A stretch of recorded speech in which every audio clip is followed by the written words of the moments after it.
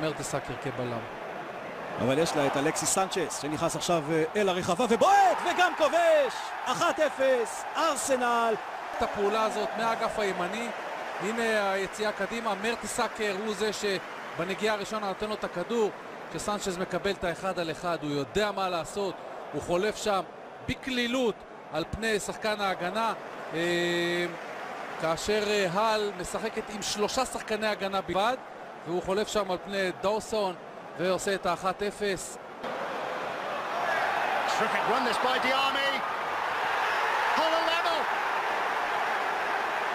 מה שהוא עושה 1-1 באמירויות. שים לב מה דיאמה עושה כאן באחד על אחד הזה. תראה מה הוא עושה כאן, זה לא עבירה, זה ניסיון לעריפת ראש מטעם דאעש. תראה את העבירה הזאת שהוא עושה, תראה מה הוא עושה כאן, תופס אותו בשתי ידיים, דוחף אותו, מנער אותו, השאר לכשעצמו סיום פנטסטי. על פלמיני. ופלמיני בכלל עומד, מצפה לשריקה שלא מגיעה. איסט טועה בכך שהוא לא שרק, גם מרטסאקר נעמד, ובסופו של דבר דיאמה סליחה, עם ארסנל. רגע, הנה ארסנל סופגת את השער השני, 2-1. הל הרננדס, לא זה כן, הרננדס הוא האיש שכובש. איזו פתיחה מסחררת למחצית השנייה.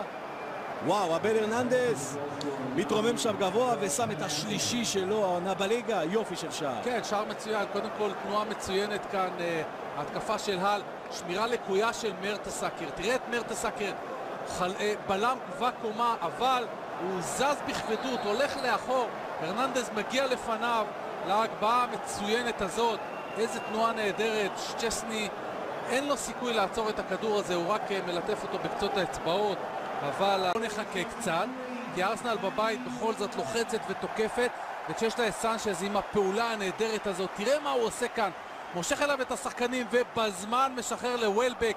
וולבק עוצר בימין, בועט בשמאל, וזה מאפשר לו לכבוש. הנה העצירה הזאת והבעיטה המהירה והחדה מאפשר לו את ה-2-2, כי 3 שחקנים התנפלו עליו כאן, והוא כובש את השני, שער הליגה השני שלו, אבל הוא כובש בצרורות בליגת האלופות, בנבחרת, ועושה